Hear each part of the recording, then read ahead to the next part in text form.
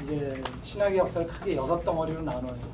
초대교회, 중세신학, 그다음에 종교개혁 신학, 정통주의, 계몽주의, 그리고 19세기 신학으로 해서 6덩어리로 나누는데 초대교회부터 보도록 하겠습니다. 우리가 소위 말해서 교부 시대라고 하는 그 초대교회 때 최대 관심사는 저 초대 교부들의 그 활동 무대는 주로 지중해를 중심으로 해서 그 알렉산드리아, 그다음에 또 진짜 그 카르타고, 그다음에 터키 내륙의 소아시아의 그 가파도키아, 이렇게 크게 세 지역이었던 것 같아요. 그렇게 해서 이제 가파도키아하고 알렉산드리아권은 헬라어로 쓰는 동방교회에 속하고, 이제 그 카르타고 지역은 레틴어로 쓰는 서방교회에 속하죠. 그래서 이제 동방교회, 서방교회를 크게 언어의 구분을 나누는데, 동방교회 우리 초대 교부로 보면 보통 이제 AD 100년경에 태어난 유스티니아누스는 이제 동로마 황제죠. 유스티니우스 영미권에서는 보통 저스틴 마터라고 하는 사람. 이 사람이 이제 그 보통 사마리아에서 태어난 사람인데, 이 사람의 저서로는 제1변증서라는 게 있어요. 제1변증서라는 게 있고, 이 사람이 이제 유명한 말로는 그 하나님께서는 진리의 씨앗을 모든 사상과 종교에 심어두었다라는 유명한 말이 있습니다. 이러한 말은 뭐냐면, 초기 교부들의 가장 큰 관심은 변증이야, 기독교 변증아니었습니까? 이 변증을 위해서 강력하게 할 수 있는 방법은 헬라 철학을 좀 이용하겠다는 것이었죠. 그래서 하나님께서는 모든 진리의 씨앗을 사상과 종교에 심어놓았으니 헬라 철학을 좀 이용하겠다, 이런 의도가 있어요. 그 다음에 이제 30년 후에 나오는 그 이제 이레니우스, 이 사람은 이제 그 소아시아 출신인데 나중에 리옹의 주교가 돼서 보통 우리는 리옹의 이레니우스라고 얘기를 하죠. 이 사람의 대표적인 저서로는 이단을 반박한다, 뭐 이런 게 있어요. 이 당시 때 이단이라고 하면 우리가 잘 알고 있듯이 그노스티시즘, 영지주의라고 하는 거.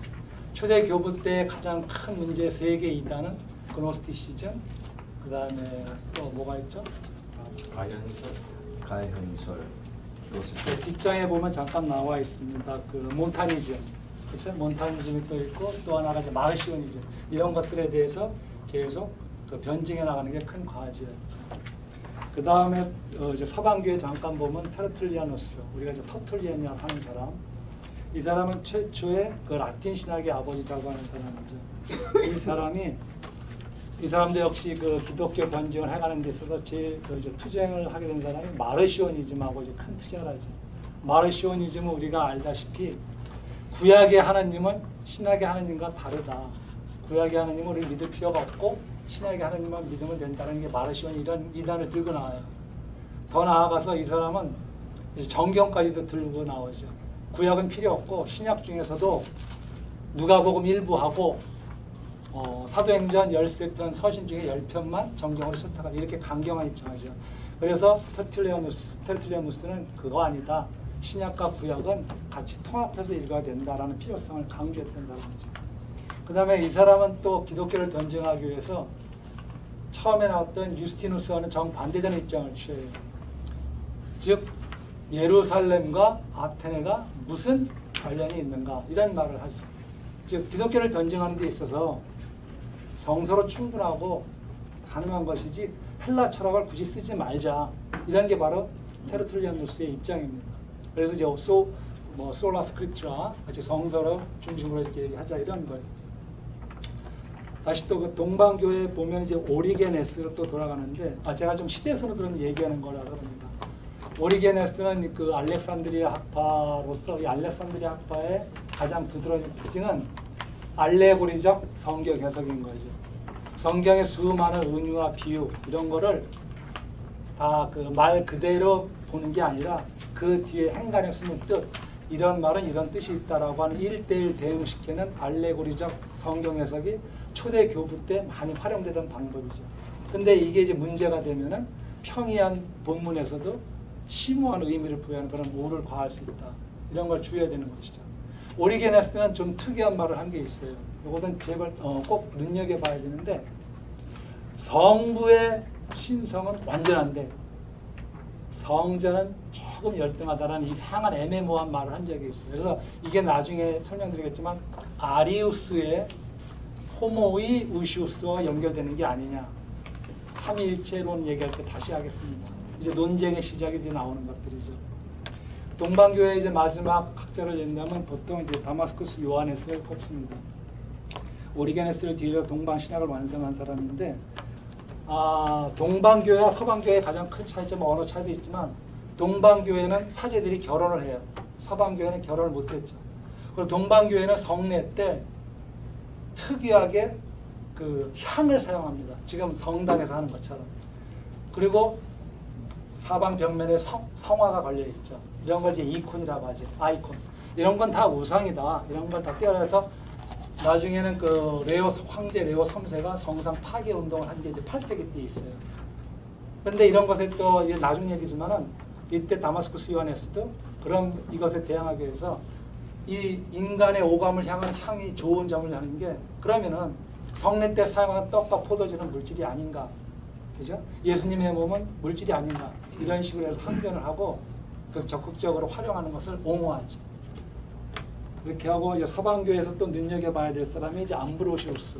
이 사람은 그 우리가 잘 알고 있는 아우구스티누스를 진실로 회개하게 한 사람. 그 아우구스티누스가 오랫동안 방황하고 그러다가 밀라노에 가서 밀라노 대주교 암브로시우스를 만나고 비로소 회개했다고 하는 그 스승이 바로 암브로시우스죠.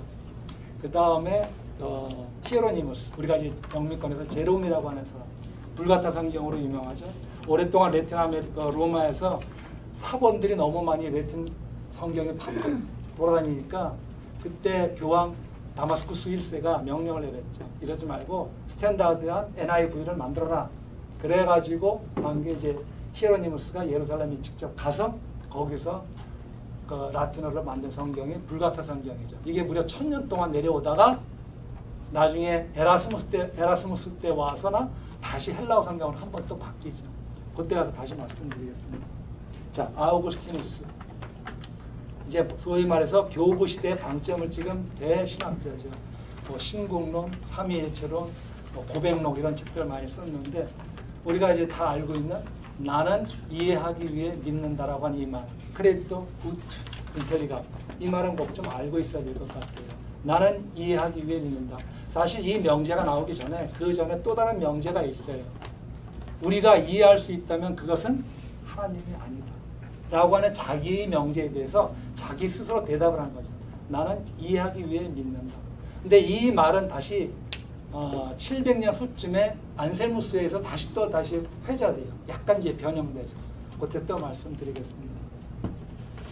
아우구스티누스와 관련해서는 우리가 이제 3대 논쟁을 꼭 얘기를 해봐야 돼요.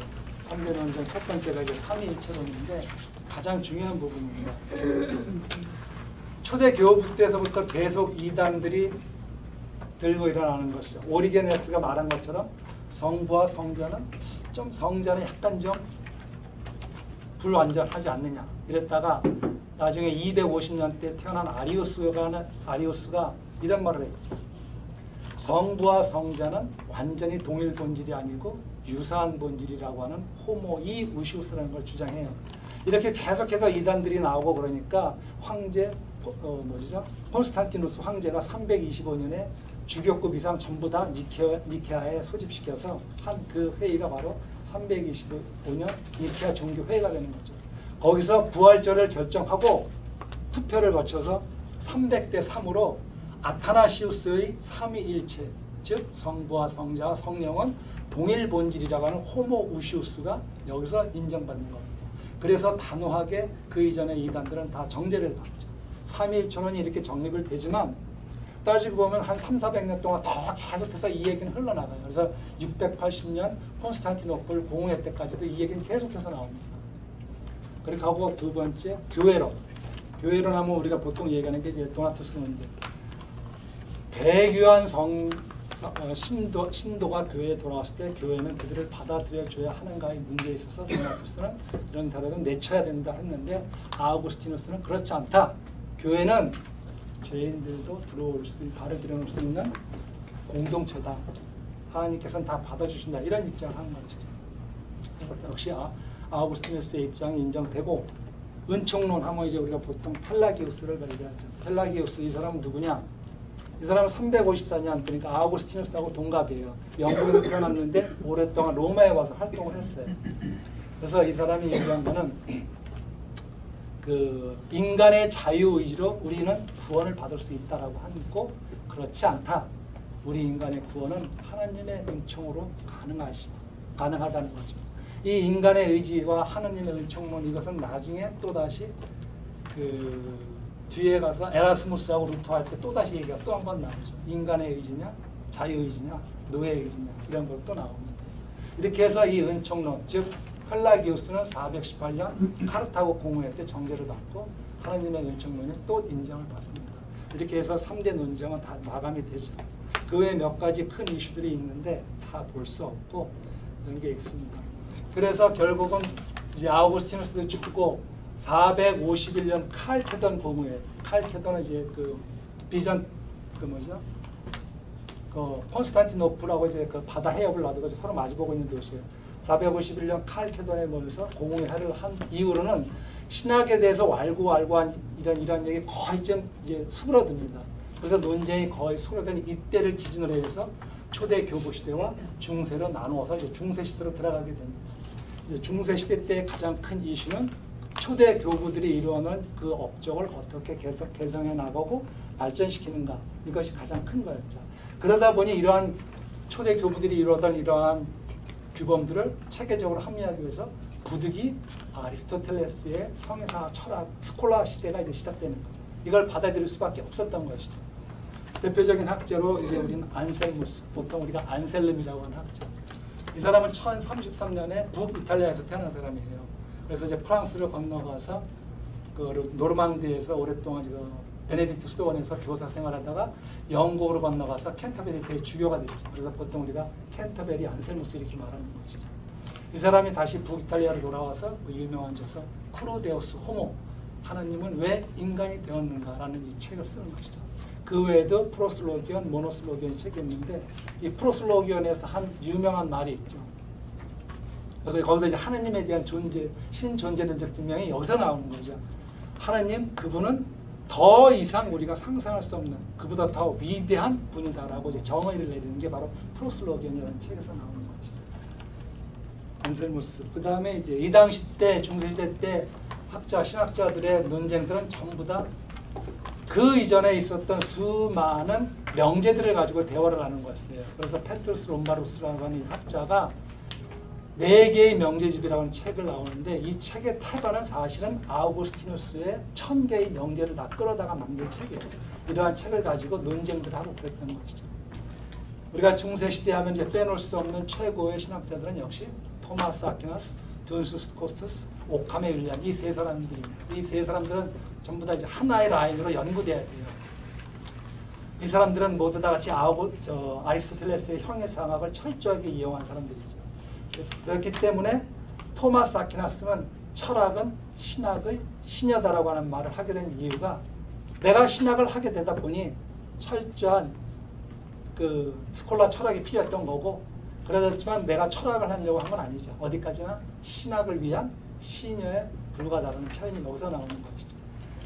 이제 오카메 윌리엄 같은 경우는 우리가 잘 알고 있는 오카메 면도날이라는 그거를 유명한 것이죠. 쓸데없는 가설 전제 다 띄워버리고 핵심 논제만 간략 명료하게 하자는 오카메 윌리엄으로 유명합니다.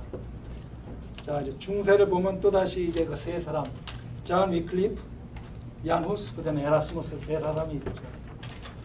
존 위클리프, 이 사람은 그 영국이 납세 문제로 로마, 그 영국의 왕이 로마 교황청에 끌려간 적이 있어요. 그때 이제 왕의 수행원으로 이제 존 위클리프가 로마에 왔다가 로마 교회의 그 캐톨릭의 방종, 그 도덕적 타락을 보고 놀라서 이제 드디어 영국으로 돌아와서 저항하기 시작하는 게 바로 종교개혁의 태동입니다.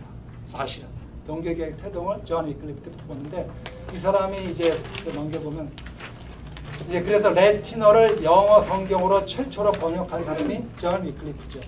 이걸 근거로 나중에 윌리엄 틴데일도 더욱 선명하고 세세한 성경을 번역한 건데, 근데 우리가 알고 있는 상식 하나가 여기서 나와요. 이 사람이 레티너 성경을 영어로 번역하고서 한 유명한 말이 있어요. 우리는 이 말을 다 알고 있는데 여기서 나오는지는 모르는 거죠. This Bible is for the government of the people, by the people, for the people. 에이브라함 링컨이 게티스 어드레스에서 이걸 이용한 거예요. Government of the people, by the people, for the people shall not perish from the earth. 이게 게티스버그 영상 마지막 문장이죠. 그거죠. 여기서 나왔다는 거. 재미있죠. 얀 후스, 체코의 종교개혁가죠. 화형을 다했고 1415년 콘스탄치 공회에 이제 화형됐을 때 그때 한 말. 지금 너희들이 거위 한 마리를 죽이지만 100년 후에 백조가 나타날 것이다라는 이 말로 유명하죠. 거위는 이제 자기 자신을 얘기한 거죠. 그 체코 말로 거위라는 발음이 이제 후스하고 비슷해서 자기 스스로 거위로 했던 것이고 백조는 누구죠 그러면? 백조는 누구예요? 1415년이니까 100년 후면 1517년입니다. 마르틴 루터를 두고서 얀 후스가 얘기한 거죠. 나는 죽어도 100년 후에 백조가 나서 더 큰 종교개혁이 일어날 것이다 라고 예지한 것이죠. 그 다음에 에라스무스 이제 중세의 마지막 신학자를 보는데 에라스무스가 아까 얘기한 대로 루터가 한참 잘 나가고 있을 때 에라스무스가 이제 반기를 내죠. 인간의 자유의지로 들고 나오니까 루터는 이걸 다시 또 받아치죠.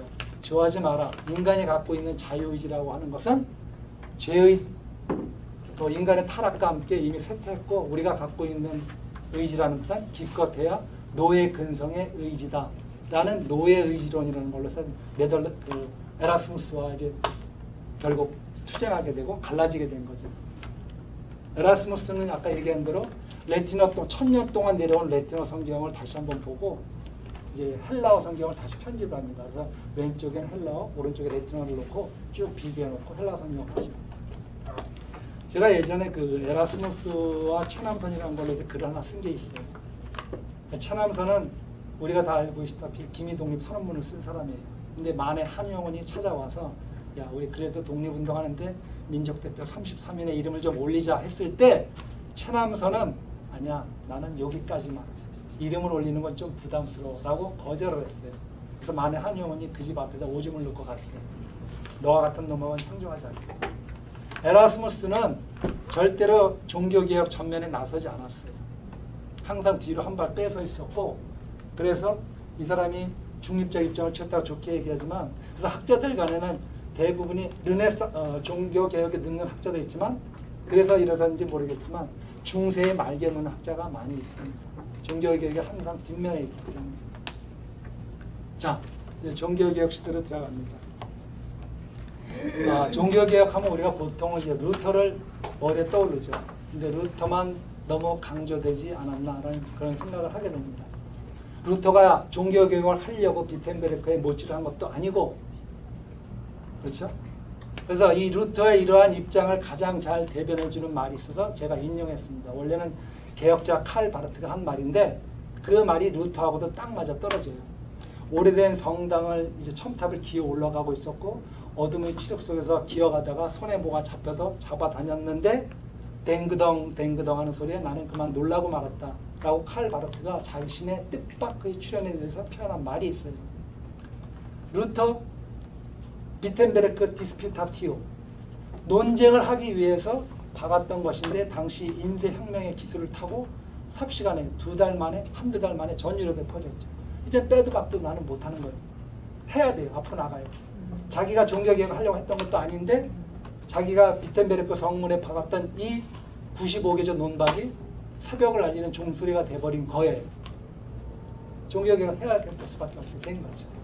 아주 멋있는 표현이 있어서 인용해봤습니다. 그런데 또 마르틴 루터만 종교개혁을 혼자 했느냐. 사도 바울에게 디모데가 있었던 것처럼 루터에게도 멜라니톤이라고 하는 14살 아래의 좋은 제자가 있었죠. 우리가 알고 있는 아우구스부르크 신앙고백도 그 멜라니톤이 쓴 거예요.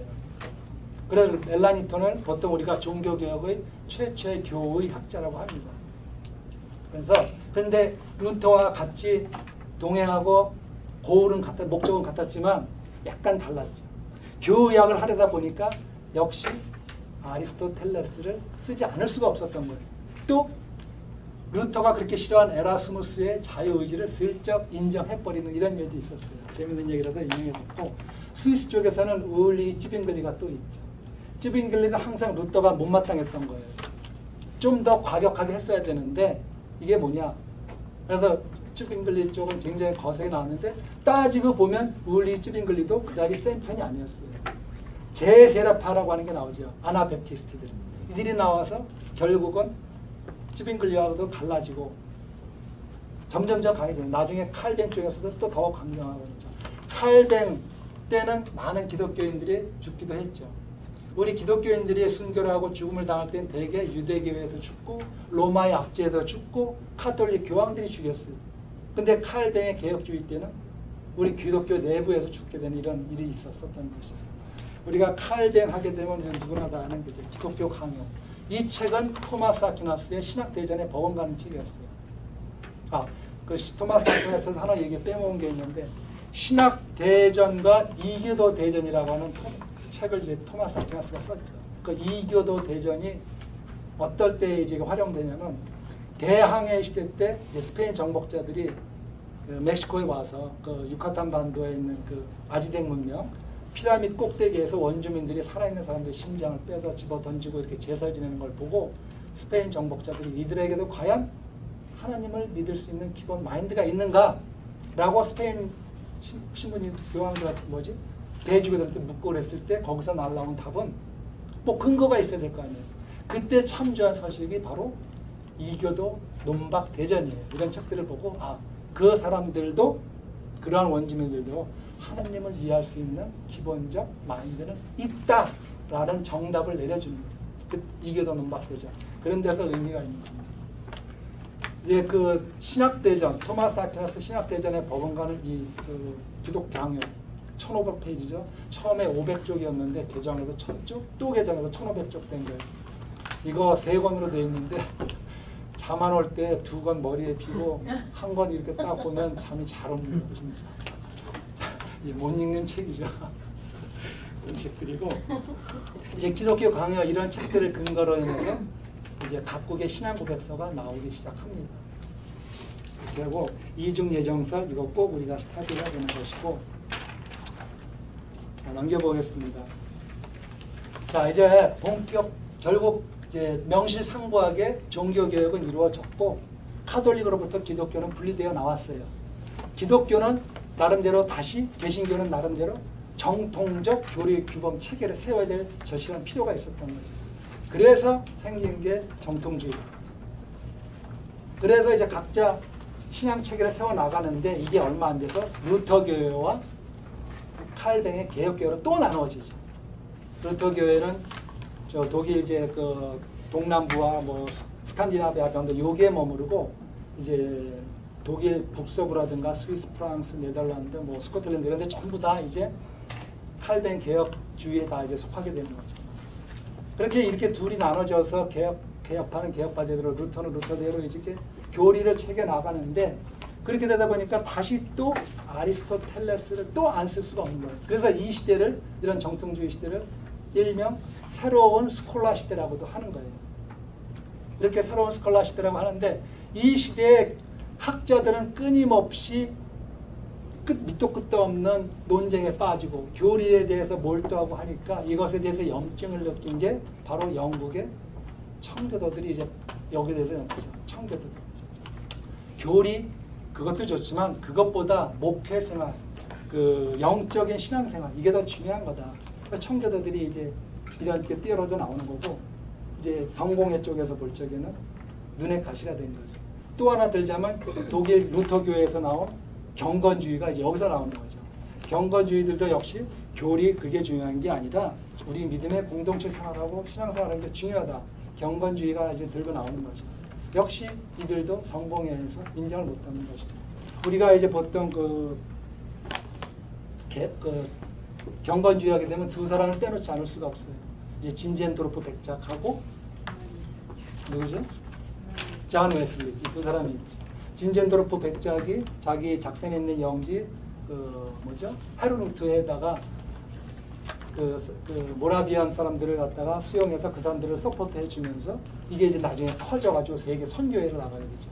그래서 여기에서 뭐 그린랜드로도 파송하고 인도제도 파견하고 그러다가 영국에도 이제 파견했는데 이 영국에 파견했을 때 존 웨슬리가 바로 이 사람들을 만난 거예요. 경건주의 사람들을 만나게 된 것이고, 성공의 캐톨릭에서는 사실 성공의 목사라고 하지 않죠. 성공의 신부라고 하죠. 말이 성공이지 사실상 거의 캐톨릭하고 똑같아요. 오래된 성공의 건물 가면 전부 다 캐톨릭 건물이고 다 그대로 있어요. 이 성공, 이 캐톨릭에서 찾지 못한 신앙의 갈증을 이 그 경건주의자 사람들을 만나고 나서 영국에서 아 그렇구나라는 걸 깨닫게 된 거예요. 근데 존 웨슬리도 철저한 성공의 사람이었어요. 옥스포드를 나오고 그랬던 사람인데 이 사람들을 만나고 나서 바뀌게 된 거죠. 역시 성공의 눈에 가시가 된 거예요. 그러니까 청교도는 102명을 데리고 나와서 메이플라워를 타고 대서양 건너 플리머스 항구에 오게 된 거고, 경건주의 존 웨슬리도 자기가 뜻을 갖지 않은 20명 정도 하고 나오죠. 성공회를 나올 수밖에 없었던 거예요. 그들도 이제 대서양 건너 미국 땅에서 자기 동생 웨슬리하고 그 누구죠? 유명한 그 화이트필드, 말 잘하는 화이트필드하고 미국 대륙에서 허허벌판에서 천막 깔아놓고 대각성 운동하면서 이제 감리교가 이제 번져나가기 시작하는 거죠. 이렇게 되는 겁니다. 이렇게 했고, 이제 그 소위 말해서 이제 르네상스 종교 개혁을 거쳐 인간의 과학은 급속도로 발전하기 시작하고 이제 이성이 하늘을 찌르는 시대가 오기 시작하는 거예요. 소위 말해서 계몽주의 시대가 오는 거죠. 계몽주의 시대, 그죠? 뭐 합리주의 시대, 이성의 시대라고 하는 거예요. 이때 시대 때 이제 교육이 강조됐던 거죠. 자, 우리 잠깐 보겠습니다. 보면은 계몽주의 시대에 무지막지한 사람들이 나옵니다. 저 밑에 6번을 보면은 6번 밑에 보세요. 별표 마크한 사람. 몽테스키에, 타마스 홉스, 존 록, 볼테르, 장자크 루소, 뭐 아이자크 뉴턴 이외에도 얼마든지 있죠. 또 뭐 임마누엘 칸트, 뭐 스피노자, 키케로, 휴움, 몽테뉴, 뭐 얼마든지 많이 있죠. 파스칼. 이런 사람이 다 이 시대 때 뛰어나와서 한 번씩 마이크 붙잡고 떠들고 들어가는 시대예요. 이 사람들이 쏟아낸 그 많은 이념, 이데올로기 이런 게 어디 있죠? 그 4번 보면은 어디 있습니까? 3번 보면은 과학적 무신론, 마르크스 유물론, 공산주의, 과학기술의 발전, 자본주의, 혁명과 전쟁, 식민주의, 제국주의 출현. 어마어마한 이념들을 쏟아놓고 들어간 시절이죠. 계몽주의.